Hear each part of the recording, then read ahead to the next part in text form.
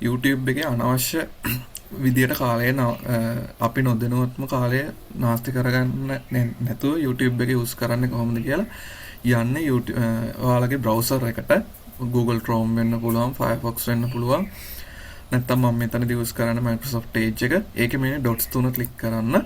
ඊට පස්සේ යන්න ඔයාලට බලා ගන්න පුළුවන් extension කියලා option එකක් තියෙනවා. එතන මෙන්න මේ get extension කියන එක ක්ලික් කරන්න. ඒක ක්ලික් කරාම මෙන්න මෙහෙම message page එකක් open වෙනවා. page එකේ unhook කියලා search කරන්න. unhook. ඔයාලට බලා ගන්න පුළුවන් මේ පළවෙනියට එන එක තමයි අපි install කරගන්න හදන්නේ මේ browser එකට මේ extension එක. මම මෙතන get කියන එක ක්ලික් කරනවා. මෙතන add කියන එක ක්ලික් කරන් ඊට පස්සේ එයා download කරගන්නවා. පොඩි software එකක් වගේ දෙයක් browser එකට මේක close කරන්න පුළුවන්. ආපහු යනවා YouTube එකට. YouTube එකට ගිහිල්ලා මෙන්න මෙතන YouTube එකට යන්න කලිනුත් අපිට බලන්න පුළුවන් මෙතන extension එක ඇවිල්ලා තියෙනවා. ඒක ක්ලික් කළා මෙතනදී බලන්න ඇවිල්ලා තියෙද කියලා unhook කියලා. unhook එක ක්ලික් කරන්න එක සැරයක් ඔයාලට බලා ගන්න පුළුවන් මෙන්න මේ වගේ list එකක්. list එකේ ඔයාලා දැන් ඊළඟ සැරේ YouTube එක refresh කරාම මේ list එකේ on කරලා තියෙන ඒවා hide වෙනවා. ඔයාලට බලා ගන්න පුළුවන් hide home feed. home feed කියන්නේ මේ on කරනකොටම automatically recommended videos ඒ වගේ දේවල් ඇවිල්ලා තියෙන එක. ඒක අයින් කරගන්න පුළුවන් අපිට. මම ඒක තියනවා.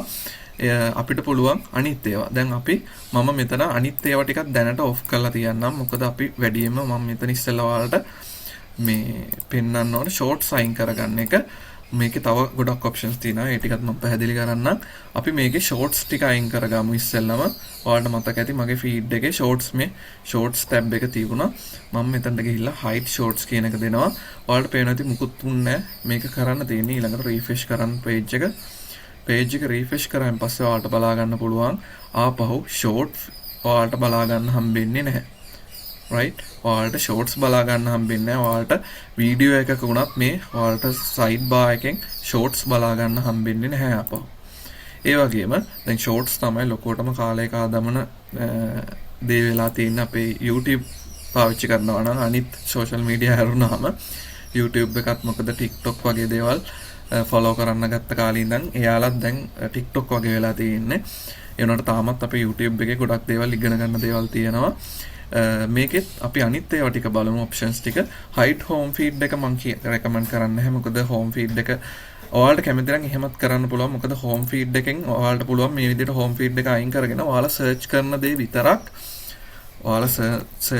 දේ විතරක් මෙතනින් search කරලා ගන්න. එතකොට ඔයාලට තව පුළුවන් මේ තමන් හොයාගෙන ආපු දේ විතරක් බලන්න. ගොඩක් දුරට අපේ කාලය වෙන්නේ අපිවත් නොදැනුවත්මනේ. right ඔයාලට පුළුවන් ඒ වගේම comments video එකක comment section එක, ඒ වගේම video එකක notifications, ඒ වගේම auto play එක නවත්තන්න. දැන් ඔයාලා දන්නවා ඇති video එකක් ඉවරනන් පස්සෙම තව video එකක් automatically open වෙනවා YouTube වල. ඒ වගේ අවස්ථාවලදී ඔයාලට පුළුවන් මේ වගේ option use කරන්න. ඒ වගේම මේකේ notifications sign කරන්න පුළුවන්.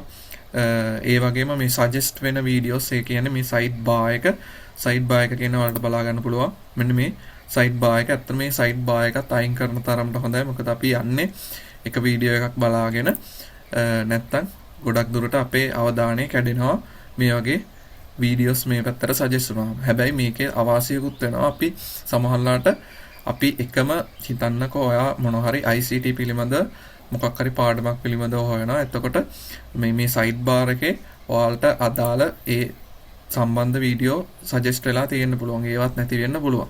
ඉතින් ඔයා මේක try කරලා බලන්න.